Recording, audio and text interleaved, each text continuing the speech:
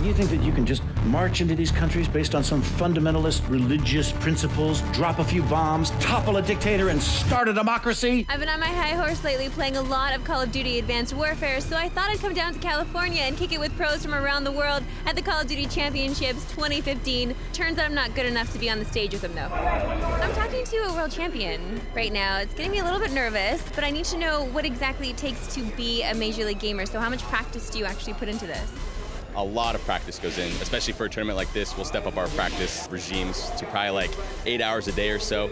We have league matches through the Major League Gaming League, the pro leagues going on pretty much every week, so more than a full-time job. I can't even imagine getting into, but then once you're in it, this is it now. This is it for you. You're not escaping this. No, yeah, I mean, it's turned into a full-time job for me, and we have teams competing all over the world. I mean, we're traveling all over the globe, and at this point, we have such amazing fans and followers that they've really driven our business up to a point where it's a major business, and we're able to function and put on a show for everybody from Europe to North America to Asia. Is Advanced Warfare a lot more difficult for you to get into, or are you finding the competition a lot more steep?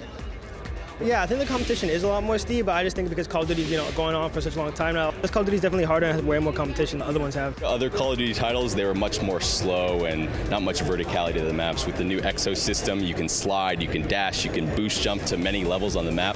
So it really need to be a well-rounded player. The players that are used to playing that slower role really had to change up their game.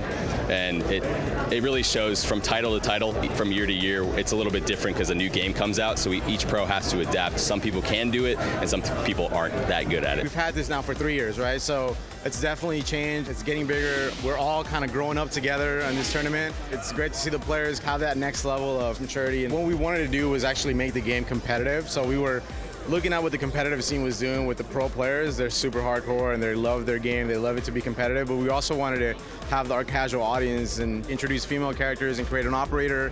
We have a female character in the campaign. What we're trying to do is make this a cultural impact. Everyone should be able to jump in and play the game and have a great time. So when we're developing the game, we're looking at what the esports community is doing, make it competitive, but at the same time, we're developing it with what the casual player wants to experience. It's got to be easy to pick up and play, but at the same time, it's got to have that competitive edge to it. Approaching the landing zone and no one left. What the hell? Get it off! But us. These celebrities that you have in this game, I first of all can't believe it. Yeah, I'm excited to see celebrities in my video games for sure, but then do these people, are they excited to actually jump in and be in a video game, be involved in a video game? Yeah, they really are. I mean, like we started, and I think it's hard to beat just the impact that Kevin Spacey had as Jonathan Irons in the game. That was remarkable, right? And his performance, I mean, I'm sure you saw, like, he's one of the greatest living actors today. He anchored the game, and now, of course, that kind of sets the stage for a lot of people feeling good about getting involved and being excited, whether that's John Malkovich or others that are coming in the Zombies pack. You just look at it, and it's like, that is a A-class group of Hollywood talent coming to the biggest entertainment industry in video games with Call of Duty. How could you want for anything more? Ideas don't determine who's right. Power determines who's right. And I have the power. So I'm right.